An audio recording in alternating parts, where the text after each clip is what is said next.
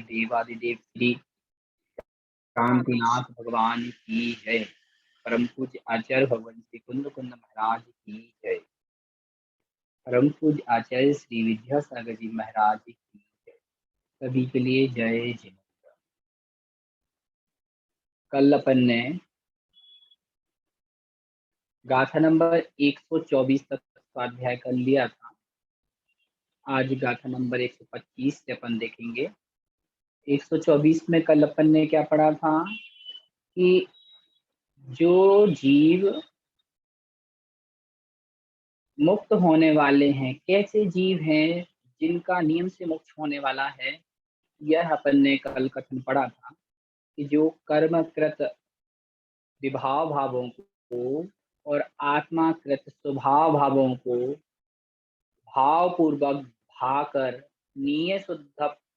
निज की शुद्ध आत्मा का चिंतन करते हैं, तस्य उनका नियम से निर्वाणम होई, निर्वाण होता है। तो 124 नंबर गाथा में ये स्पष्ट कर दिया था आचार्य जी ने कि किन जीवों का नियम से निर्वाण होता है। तो किन जीवों का नियम से निर्माण होता है?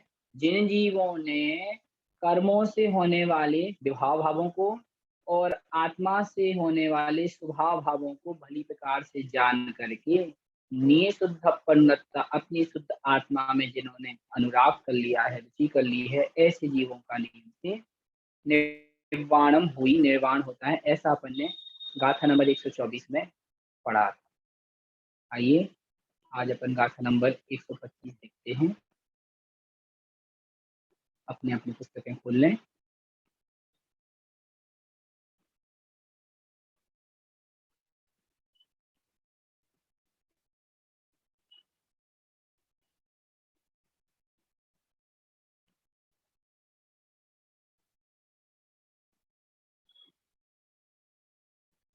गाथा नंबर 125। इस गाथा में क्या कह रहे हैं? बंध व मुक्ति के भाव। आइए क्या भाव है इसमें, अपन पहले उच्चारण करेंगे गाथा का, उसके बाद इसका अर्थ देखते हैं। विषय विषय विरतो विरतो विषय विरतो मुंचई मुंचई विषय विरतो मुंचई विषया विषया सत्तो सत्तो विषया सत्तो न मुंचई मुंचई जोई जोई विषया सत्तो न मुंचई जोई। दूसरी पंक्ति देखें। बही बहिरंतर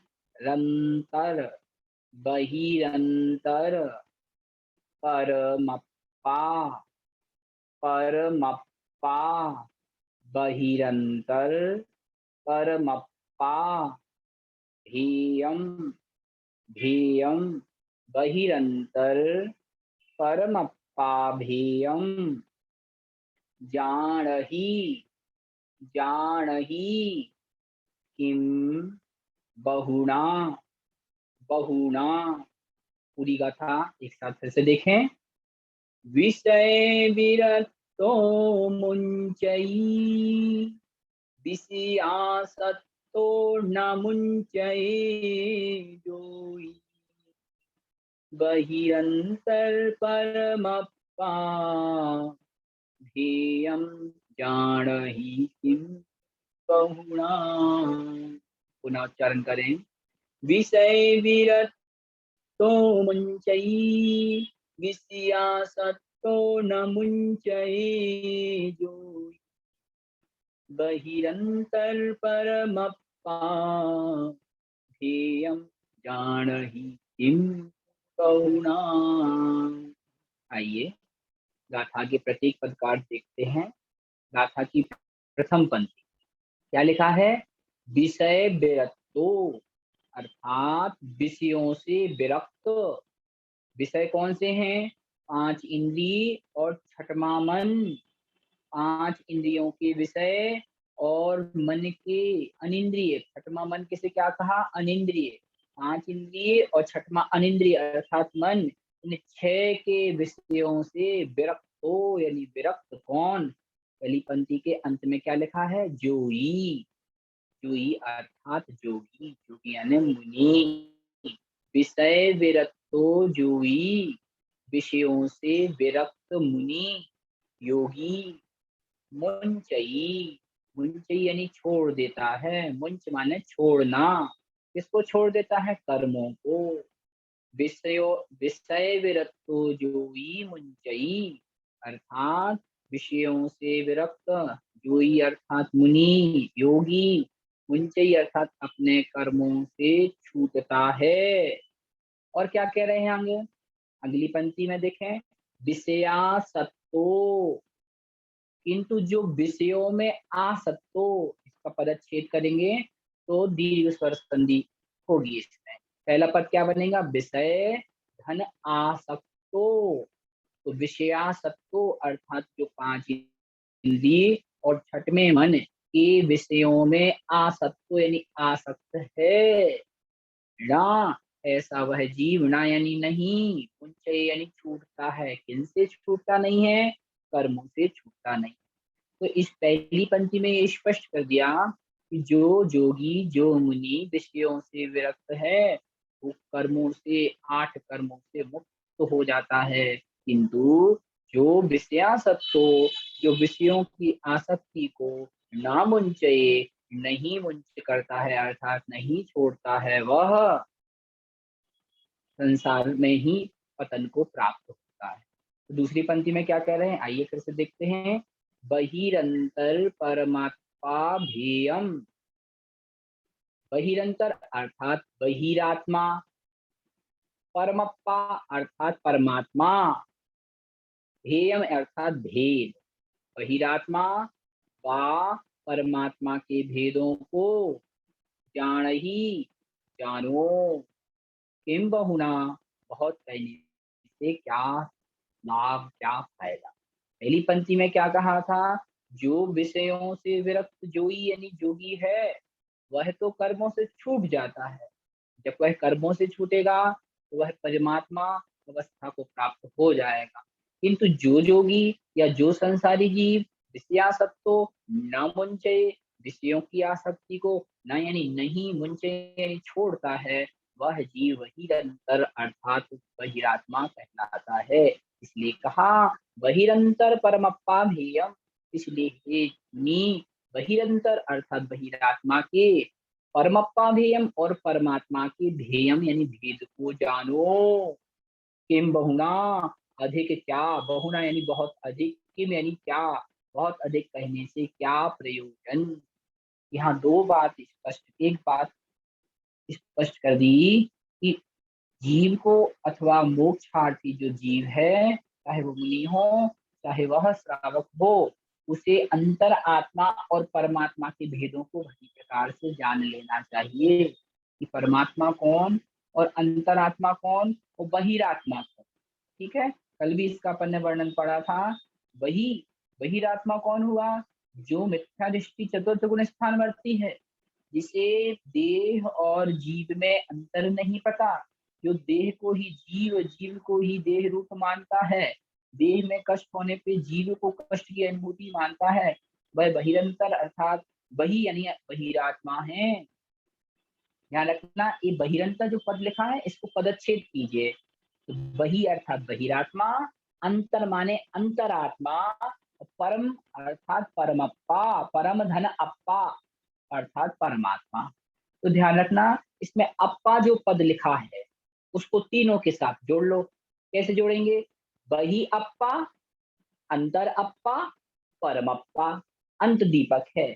जो बहिरंतर परमप्पा जो पद लिखा है, इसके अंत में जो अप्पा पद है ये अंत दीपक है, इसे तीनों के साथ जोड़ लीजिए तो कितना बनेगा, बही अप्पा, अंतर अप्पा, परम अप्पा अर्थात बही अप्पा, अप्पा माने आत्मा यानी बहिरात्मा, अंतर अप्पा अर्थात अंतरात्मा, परमप्पा अर्थात परमात्मा के भेदों को जान ही जानो, किम बहुना बहुत कहने से क्या लाभ।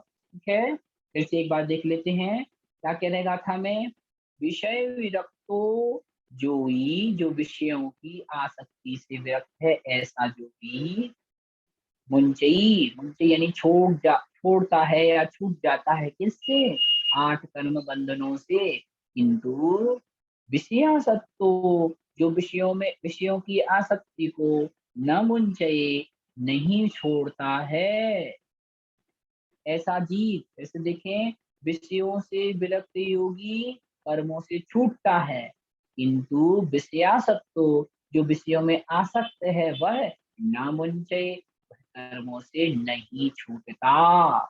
इसलिए बहिरंतर परमप्पा भेयम, अर्थात बहिरात्मा, अंतरात्मा और परमात्मा के भेदों को जानो। किम बहुना, बहुत अधिक कहने से क्या फायदा। मैंने अभी आपको स्पष्ट किया ना, बहिरात्मा कौन, बहिरात्मा वह जो देह और जीव में एकत्व बुद्धि रखता है, मिथ्यात्व सहित है, प्रथम गुण स्थान वाला है, अर्थात देह को कष्ट होने पर जो जीव को कष्ट की अनुभूति मानता है वह बहिरात्मा है। 7 तत्व 9 पदार्थों में जिसका श्रद्धा नहीं है वह बहिरात्मा है। दूसरे नंबर पे अंतरात्मा कौन, अंतरात्मा वह जो सम्यक दृष्टि है, अर्थात चतुर्थ गुण स्थान से प्रारंभ करेंगे अपन, चतुर्थ गुण स्थान से सम्यक प्रारंभ होता है। जो सम्यक दृष्टि है, जो देह और जीव में भेद जानता है, देह को कष्ट होने पर जीव को कष्ट की अनुभूति नहीं मानता है, वह अंतरात्मा चतुर्थ गुण स्थान से प्रारंभ होगा। ठीक है, जो जीव अपने 8 कर्मों को नष्ट कर लेता है वह परमात्मा। तो क्या हो गया, गुण स्थान की अपेक्षा डिवाइडेशन करेंगे तो पहले गुण स्थान में बहिरात्मा, चतुर्थ गुण स्थान से जब तक मुक्त परमात्मा नहीं बने वह अंतरात्मा, और जैसे 13वें 14वें गुण स्थान में 4 घातीय कर्मों का नाश करके अरहंत अवस्था प्राप्त करते हैं तो वहां से परमात्मा की अवस्था प्राप्त मानी जाती। इस प्रकार भावार्थ में क्या कह रहे हैं देखते हैं।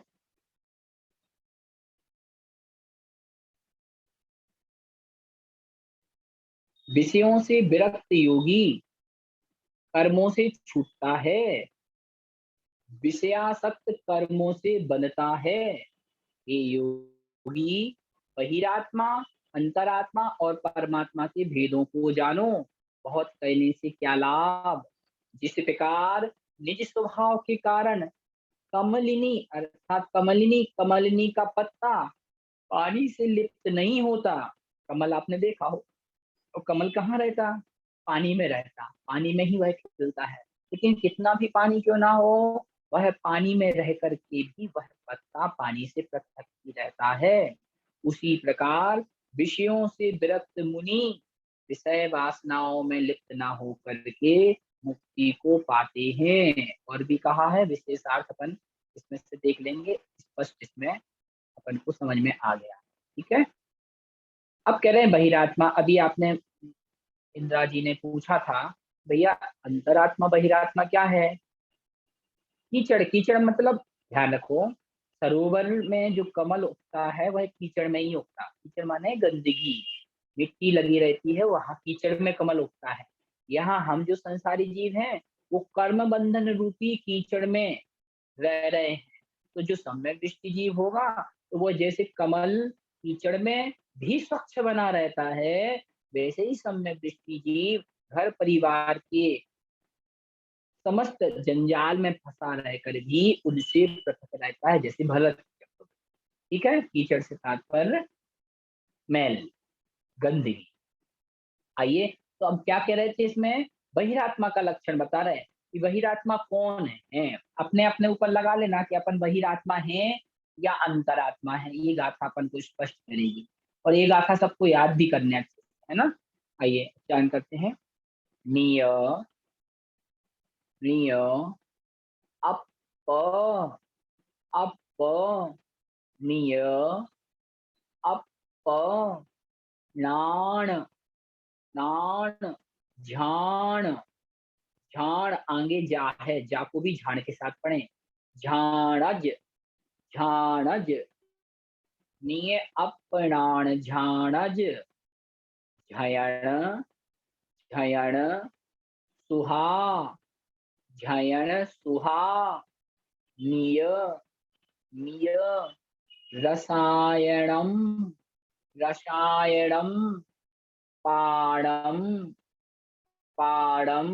कोई पंक्ति देखें, निये अपराण झाड़ज, निये अपराण झाड़ज, झयण सुहामी रसायनम पाणम, झयण सुहामी रसायनम पाणम। दूसरी पंक्ति, मोतूण, यहाँ ध्यान रखना तू के आगे आधा ता भी जुड़ा है तो उसको भी उच्चारण करना है अपन को। कैसे पढ़ेंगे, मोतूण, मोतूण। आगे का है उसको भी णा के साथ पढ़े, मोतूणक, मोतूणक, खाण, खाण सुहम, मोतूणक खाण सुहम, जो भुंजई, भुंजई, सोहु, सोहु, बहिरप्पा, बहिरप्पा। आइए पूरी गाथा एक बार उच्चारण करें, निये अपराण झाणज, झयण सुहामी रसायनम पाणम, मोतूण खाण सुहम, जो भुंजई सोहु बहिरप्पा। पुनः पढ़ें, निये अपराण झाणज, झयण सुहामी रसायनम पाणम, मोतूण खाण सुहम, मोतूण खाण सुहम, जो भुंजई तो बहिरप्पा। आइए गाथा के अर्थ को देखते हैं। दूसरी पंक्ति के मध्य में क्या लिखा है पद, जो। यह जो सबसे आगे लगा लीजिए, जो अर्थात जो, जो जीव, निय यानी निज की, निय यानी निज माने अपनी, निज की, स्वयं की, अप माने आत्मा के, अप माने आत्मा के, नाण, नाण यानी ज्ञान, ध्यान, ध्यान माने ध्यान, अध्ययन, ध्यान में से आ निकलेगा और ध्ययन के आगे लग जाएगा तो अध्ययन बन जाएगा पद। अध्ययन अर्थात अध्ययन।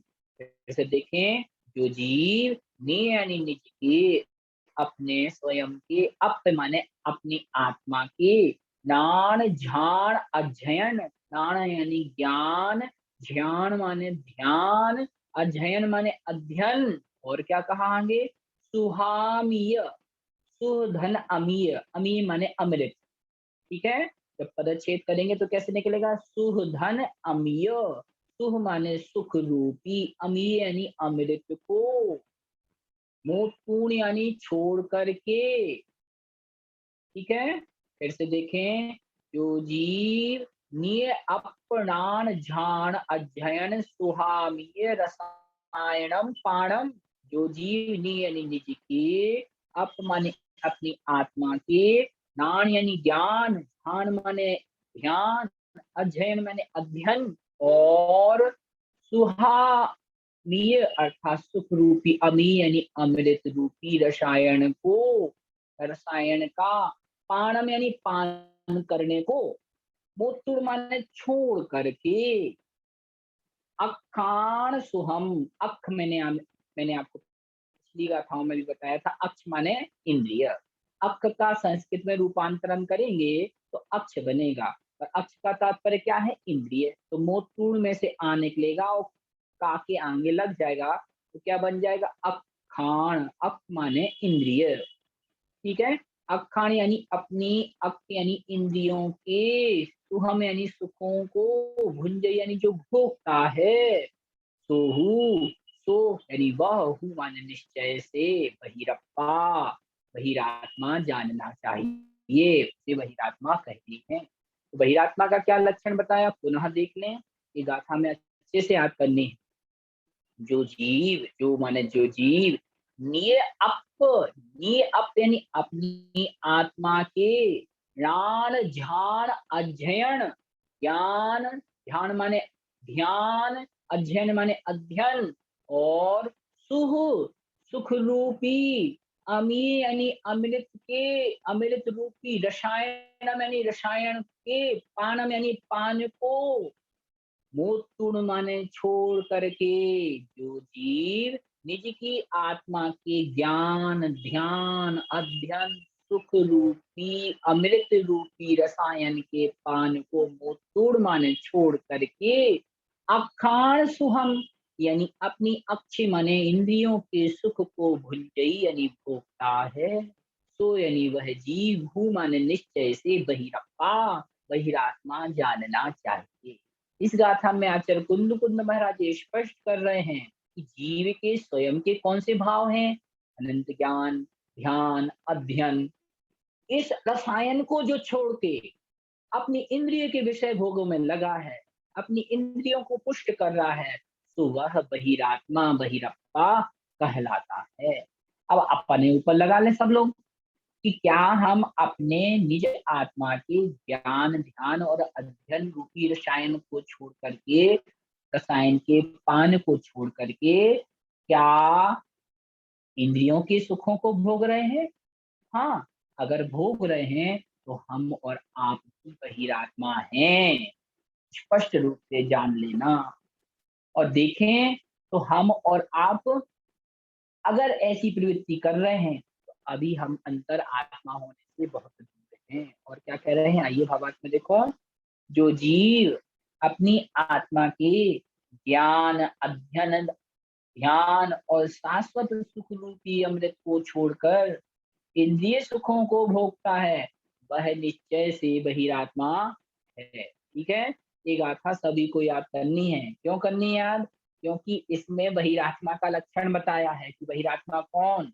एक बार उच्चारण पुनः कर ले, निय अपनान झाणज झयन सुहामिय रसायनम पाणम मोटूण खाण सुहम जो भुंजई सोहु बहिरप्पा। ठीक है, जो अपनी इंद्रिय जनित सुखों को भोगता है, ज्ञान ध्यान अध्ययन से अपने आप को नहीं लगाता है, वह जीव बहिरात्मा कहलाता है। अगली गाथा 127 नंबर, क्या कह रहे हैं, इंद्रिय विषय किम पाक फलवत् हैं। इंद्रिय के जो विषय हैं उनके विषय में यहाँ समझाया जा रहा है, उनकी तुलना किम्पाक फल से की है। किम्पाक फल क्या है, आइए अपन देखते हैं इस गाथा में। पहले उच्चारण, किम किम पाय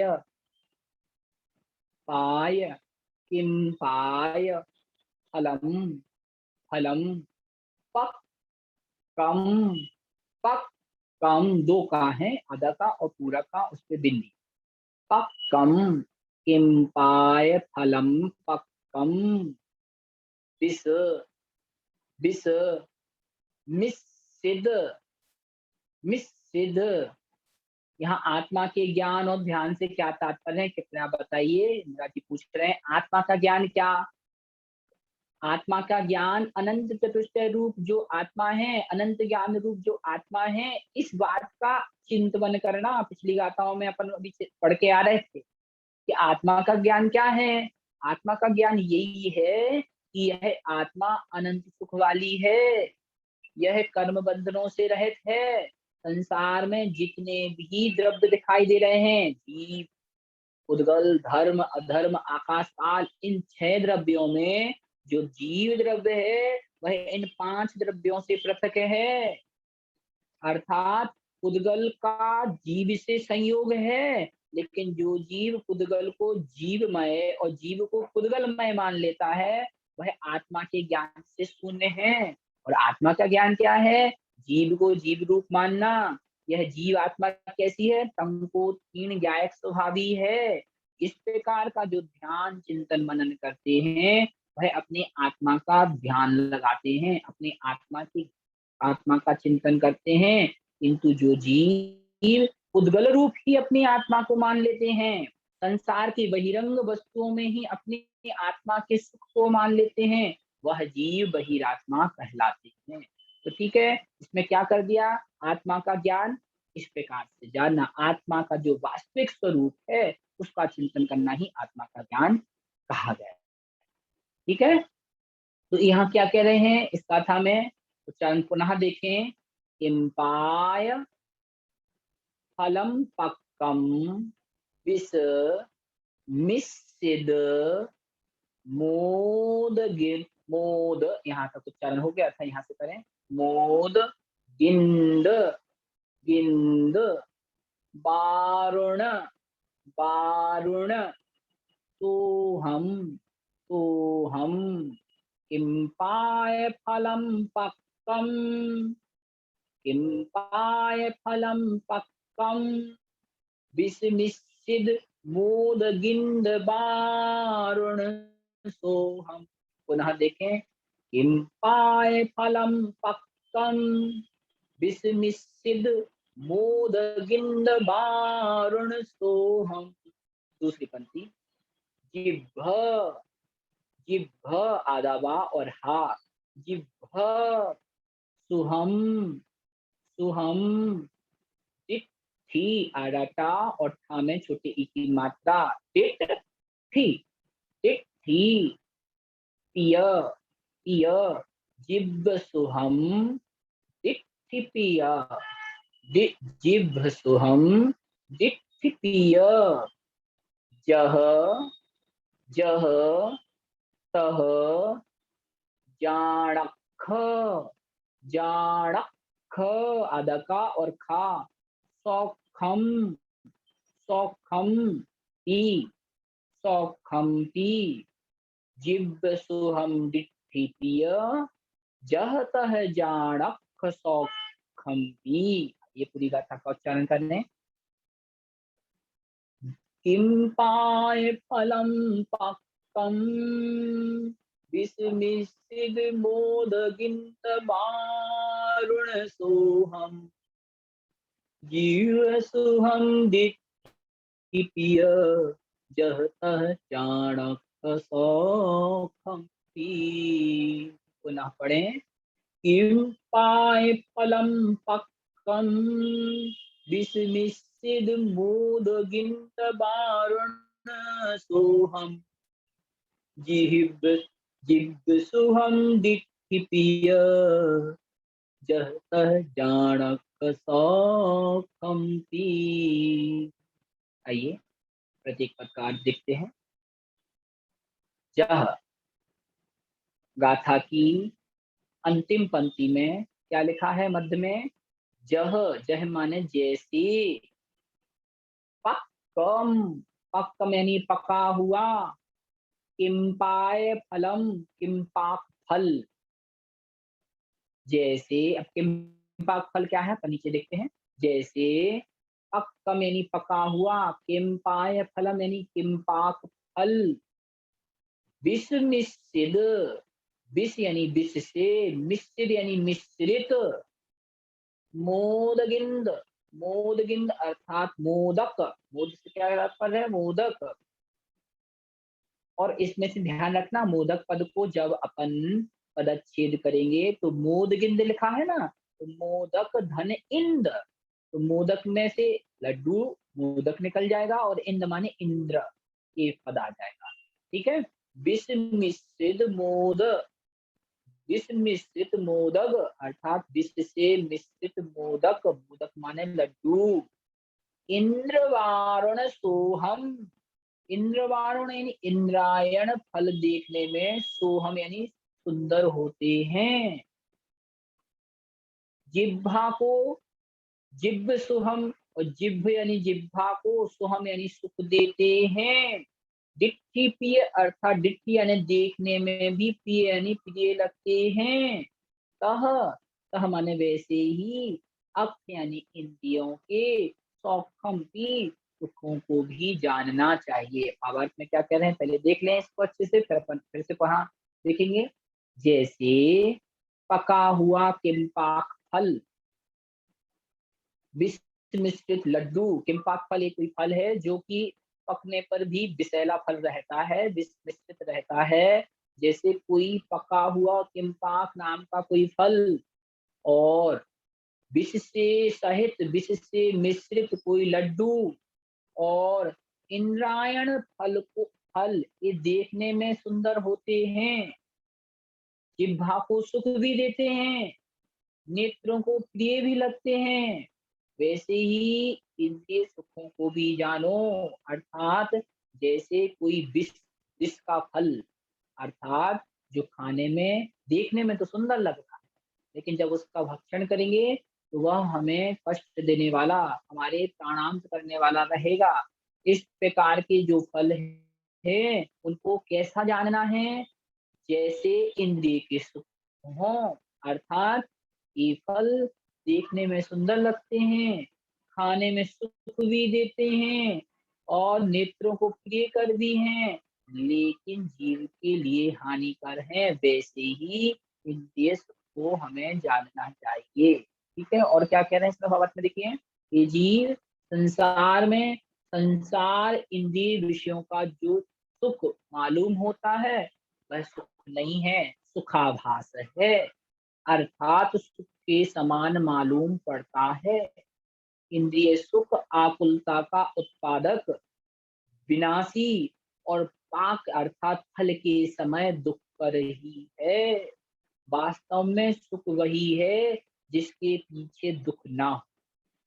इस प्रकार से इस गाथा में यह उदाहरण के द्वारा आचार्य भगवान हमें समझाना चाह रहे हैं कि जह माने जैसे, पक्कम यानी पका हुआ, किम्पाय फल अर्थात कोई विषैला किम्पाक फल और विष मिश्रित, विष से मिश्रित, विष से सहित जिसमें विष मिलाया गया है ऐसा कोई मोदक, मोदक माने कोई लड्डू, इंदवारुणम, इंदवारुण, इंदवारुण से क्या तात्पर्य है, कोई इंद्रायण नाम का कोई फल जो कि सुहम बहुत सुखकर है, बहुत सुंदर है, और कैसा है, जिह्व सुहम जिह्वा को भी सुख देने वाला है। और कैसे हैं ये फल, दिठि प्रिय देखने में भी प्रिय हैं, लेकिन यह कैसे हैं, सब कुछ देखने में है लेकिन यह शरीर के लिए हानिकारक है। तह माने वैसे ही, सौखम अखा, अख सौखम आ इंद्रियों के सुख को भी जान मैंने हमें जानने चाहिए। इंद्रिय के सुख प्रारंभ में तो हमें देखने में अच्छे लगते हैं, उनका भोग करने में भी हमें अच्छे लगते हैं, लेकिन जब वह फल देने का समय आते हैं तो वह हमें कष्टकारी रहते हैं, जैसे कि ऊपर कहे गए फल, मोदक आदि। इस प्रकार से यहाँ इंद्रिय के सुखों की तुलना किम्पाक फल अथवा विष से सहित मोदक से की गई है। इस प्रकार ही जानना चाहिए। आगे क्या है, गाथा नंबर 127 पढ़ लिए, 128।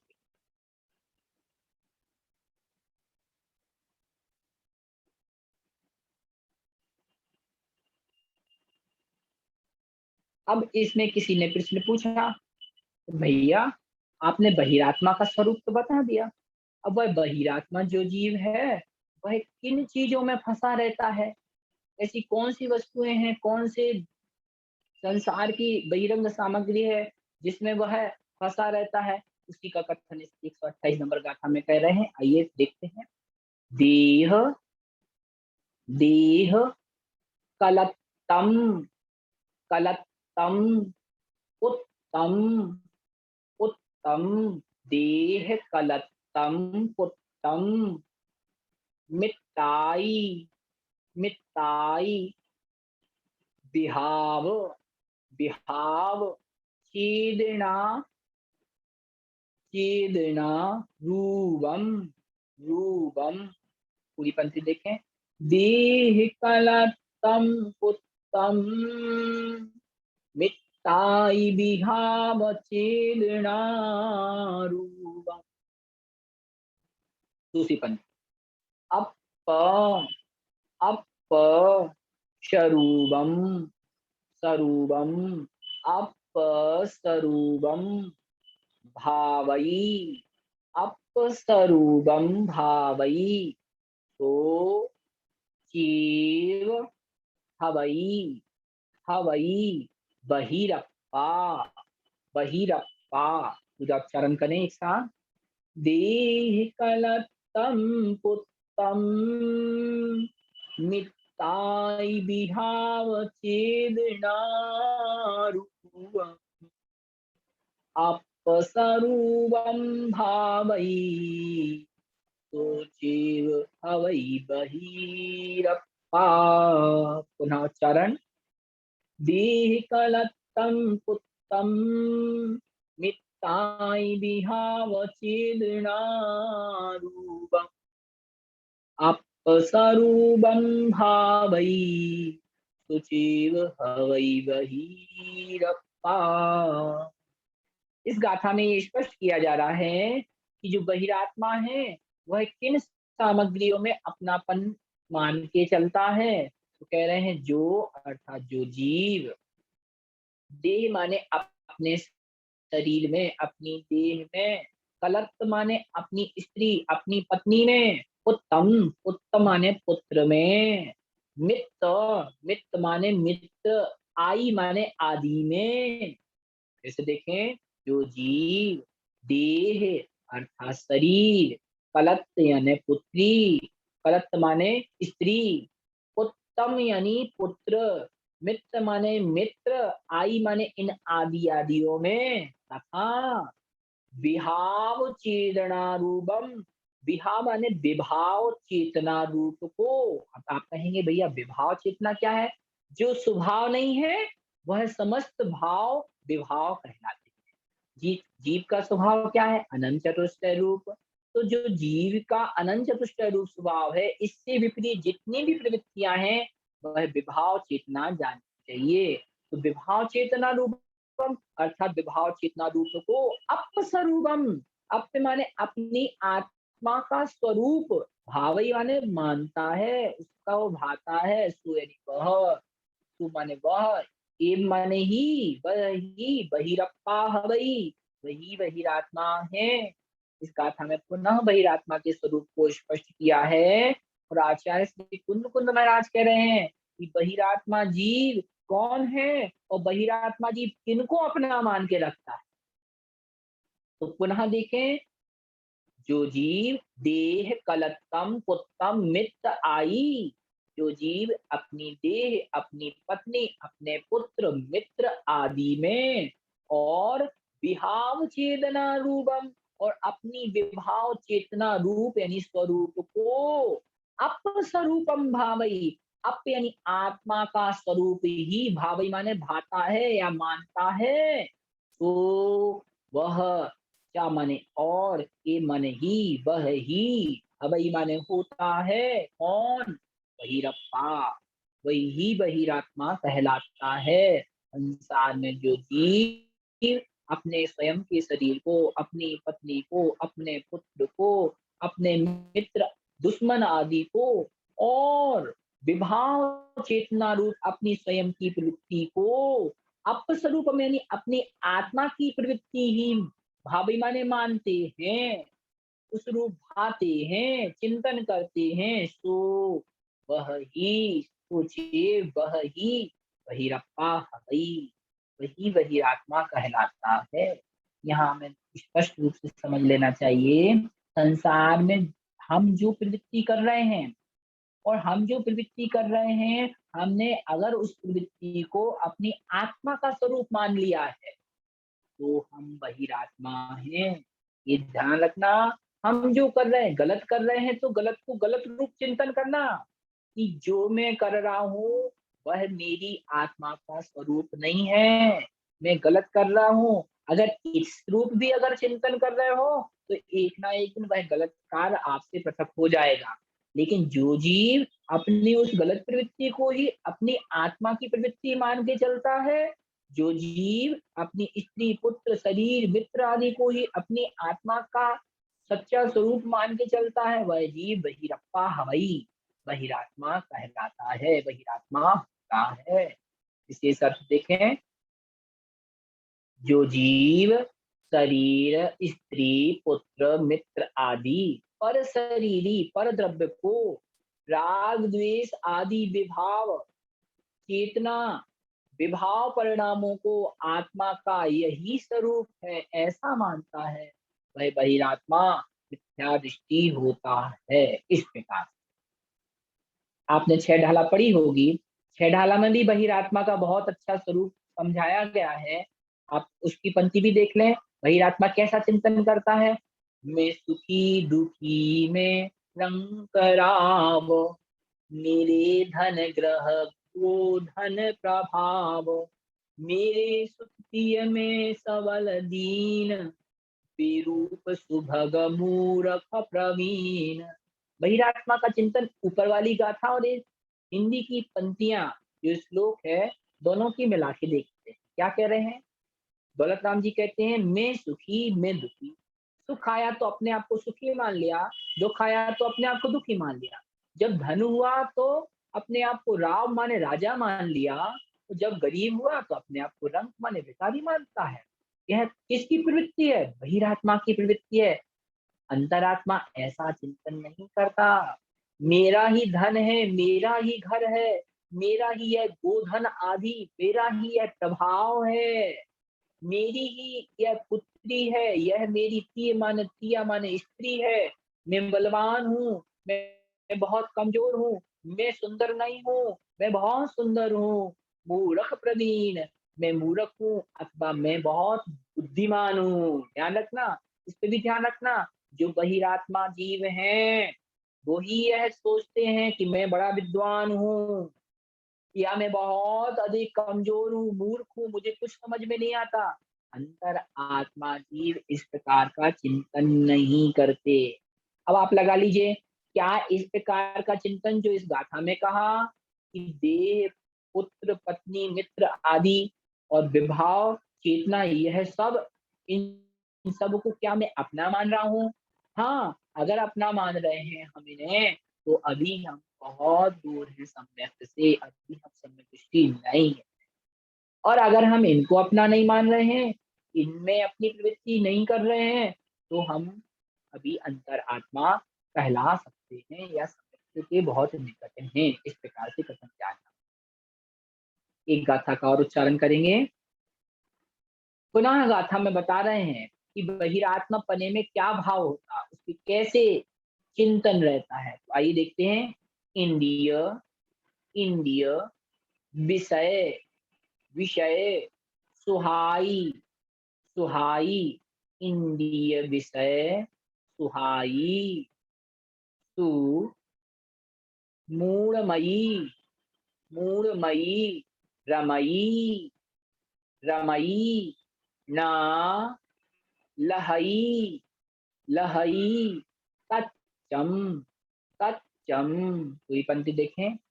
इंद्री, इंद्रिय विषय सुहाई, इंद्रिय विषय सुहाई, सुमूढ़मयी रमई न लहई तच्चम।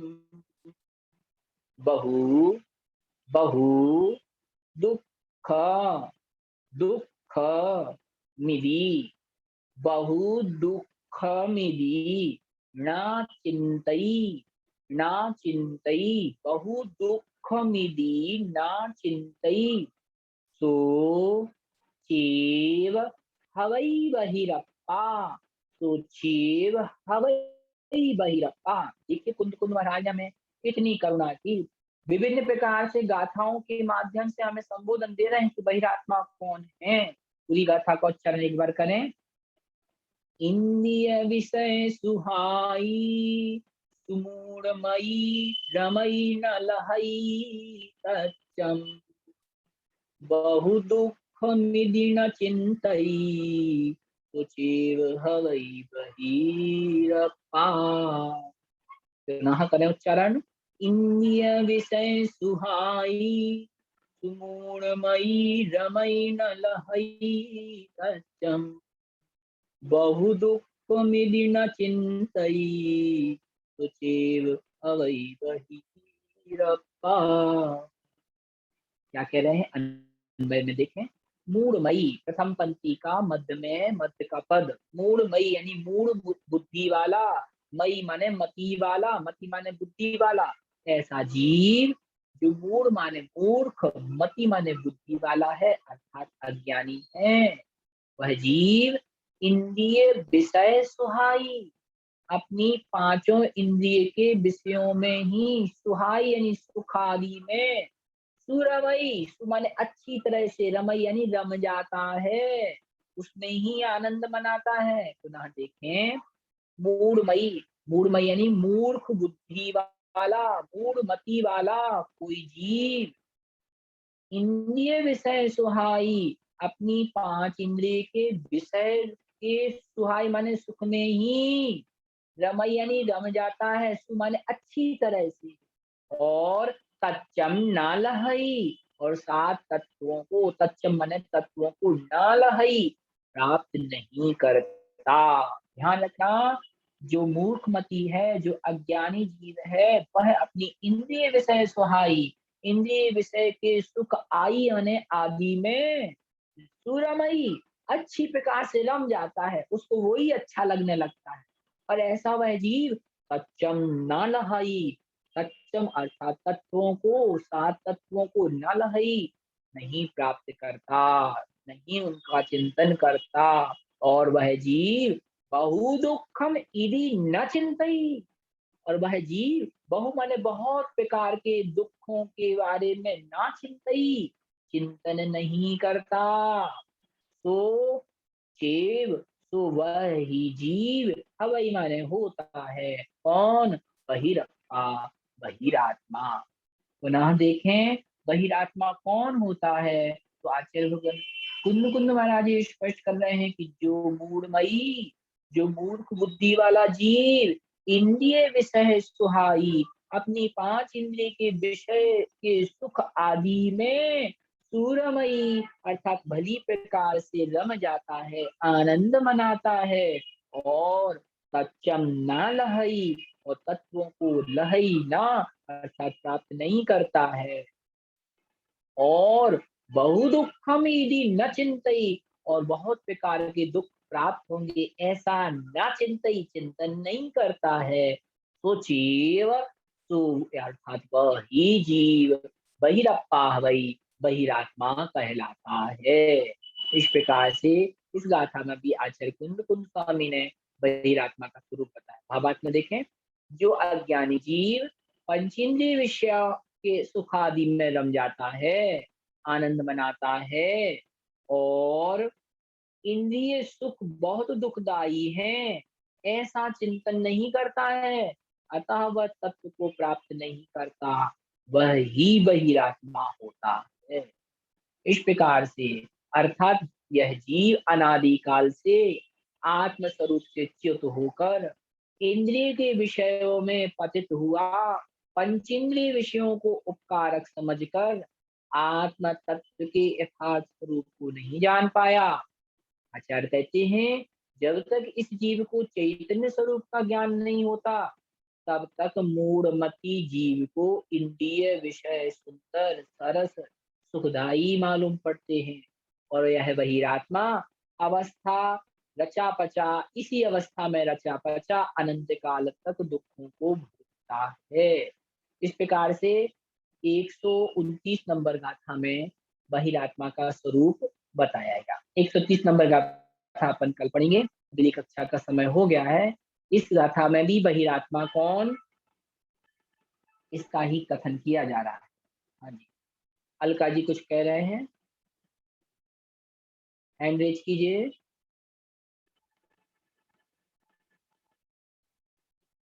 हाँ, माइक अनम्यूट करें।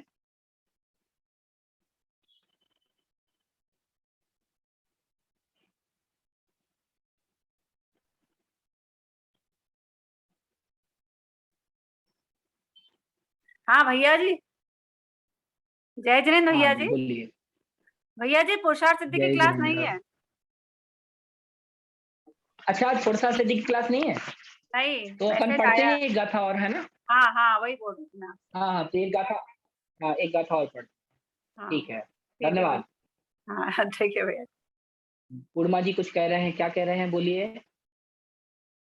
है कि नहीं है न्याय दीपिका? न्याय दीपिका तो 8:15 से होती ना, आज है न्याय दीपिका की कक्षा। हाँ तो न्याय दीपिका की सुनते हैं हम।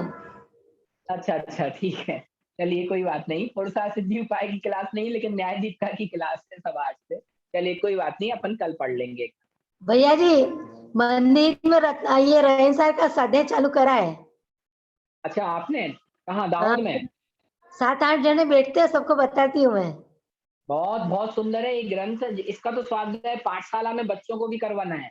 बहुत सुंदर ग्रंथ है, जरूर, बहुत बढ़िया, साधुवाद। ठीक है जी, आइए, आज की कक्षा का अपना समय हो चला है। किसी का कोई प्रश्न है तो हैंड रेज करके पूछ सकते हैं, अन्यथा अपन कक्षा विराम देते हैं। ठीक है, हाँ मंजू जी क्या कह रहे हैं, अनम्यूट करें माइक। जय जिनेन्द्र भैया जी। जय जिनेन्द्र। भैया जी, पंचम काल में पैदा होने वाला हर व्यक्ति मिथ्यात्व को लेकर ही पैदा होता है, ये बात तो हाँ सत्य है। ठीक है।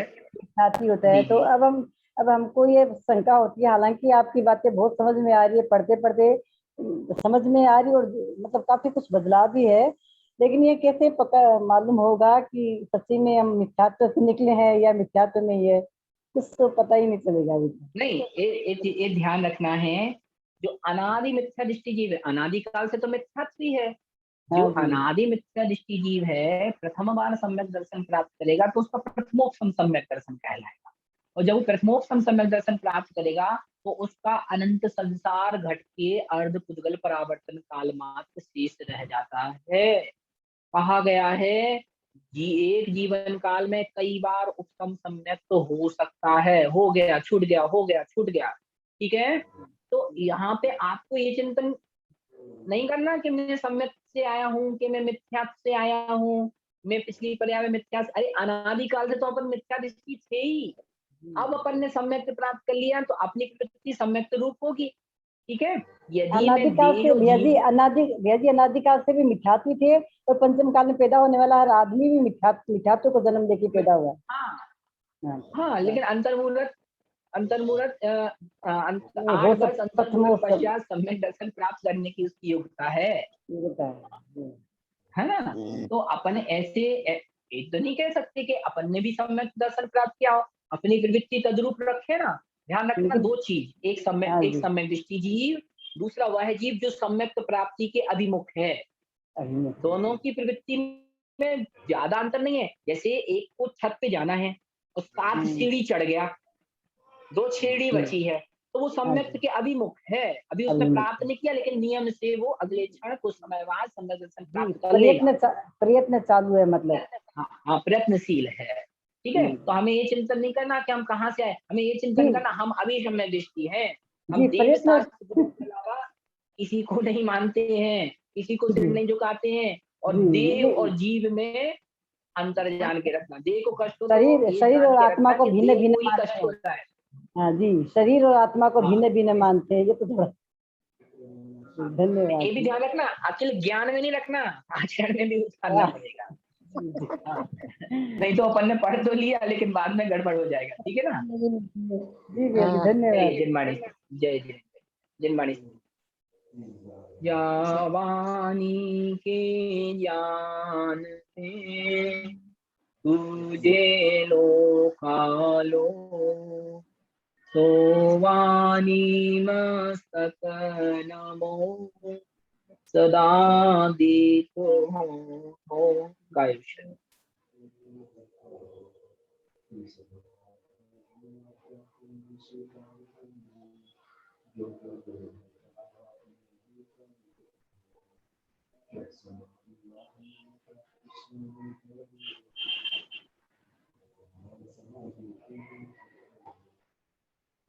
पद सांग जिनवाणी माता।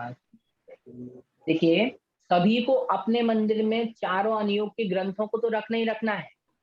ध्यान रखना, अपन लोग क्या करते, प्रवचन की पुस्तकें आजकल मंदिर में रखने लगे, कहानी के छोटे-छोटे से।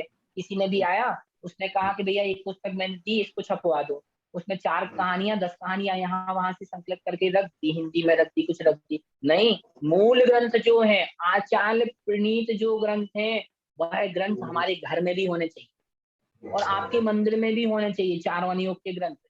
ध्यान रखना, 6 महीने तक होली जलाई गई थी जैन शास्त्रों की, फिर भी इतने शास्त्र हमारे पास बच गए। इसलिए क्या मालूम आगे के समय कौन सा काल आता है, कैसा राजा बनता है, तो कम से कम अगर जिनवाणी हर जगह रहेगी तो कितना नष्ट करेगा, नष्ट करते करते थक जाएगा, जिनवाणी नष्ट नहीं कर पाएगा। अगर हम, कई लोग कहते भैया घर में हम पढ़ते तो है नहीं, हाँ नहीं पढ़ते कोई बात नहीं, फिर भी हमें हमारे शास्त्रों को एक जगह सुरक्षित स्थान पे रख के उनको बहुमान देना चाहिए। ठीक है जी, ओके, जय जिनेन्द्र। सभी के लिए जय जय हिंद। अगली कक्षा आप ज्वाइन कर सकते हैं।